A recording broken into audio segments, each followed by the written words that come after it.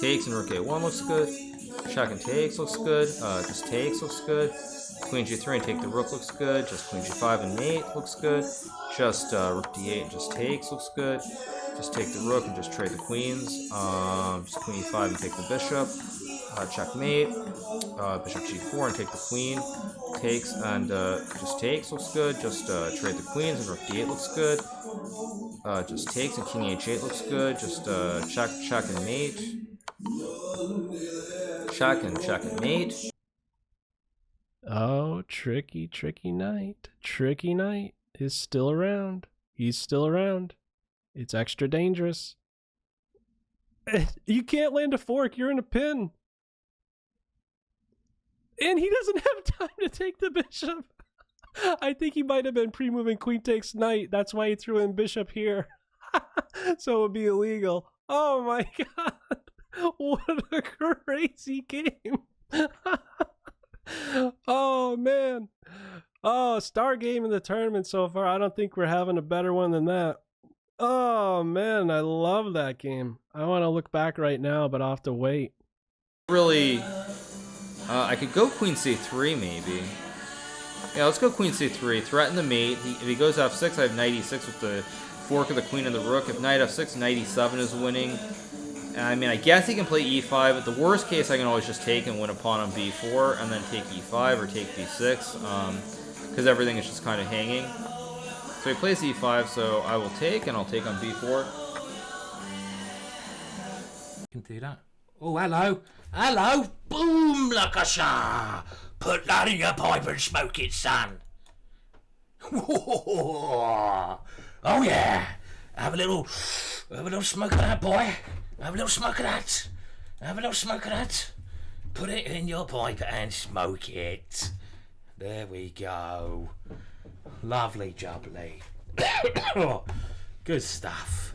Good stuff. Grab the pawn. Yeah. Knight f6, bishop takes f6, queen takes f6. Gerard Bailu's thinking so long, it makes me wonder if he's seriously considering f6. Ooh! Or what? he's considering allowing mate in 1. He blundered mate in 1. He blundered mate in 1. Yeah. There it is. I that's what I wanted to say, and I was like, if someone's thinking this long when mate in 1 is threatened, it means they didn't notice that mate in 1 was threatened. Yeah. I can't believe it. This is a 2600 GM blundering mate in 1. Mate Yeah. in 1. I mean, you just have to be able to read people's minds. Oh, and you can see this kind of stuff coming. I mean, he was just thinking way too long, right? Queen c3, like it made him wonder, like, okay, should I try and like deal with this knight before I take the pawn, right? Is he trying to play queen a5? Like, you know, is he going for knight f6? And then you just get lost in too complicated thoughts and you forget about the simple ones. Getting a queen. 1.5. Oh my god. 1.4. Just stare at the clock. Oh my god. Oh my god. Get the queen. No! The old time burner.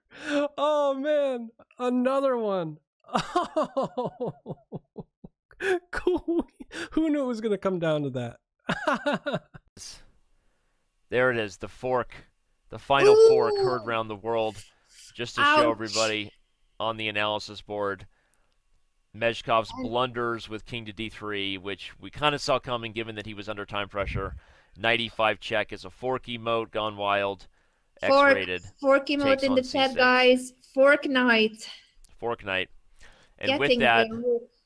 with that, Ponsulea just resigns, because at that point it was almost irrelevant, right? Because now his team had finally clinched it. And we are in the books. Ponsulea, he falls despite the nice-looking pantsuit. The knight f6 check is the risky move to play. Queen e6. Okay, Meyer doesn't have much time, but he can just move his king back. So I think it's going to be... Yeah, and neither side has enough to really... I mean, Duda has to make the decision here, but it looks bad, and he has 4 seconds, so he should just draw. Meyer doesn't have like that much time left in all these moments. You know, it's... Right. But I don't see anything Duda can do. The rook takes d1, rook takes f1, excuse me, followed by rook d1 is a threat. So this is a draw. So let's Knight f6 check. Knight of 6. If queen f6, rook takes d1. So he's... Okay, now queen g5 check. Oh, queen h7, it's mate. It's mate. Knight d7, double check, queen f7 mate. He found it.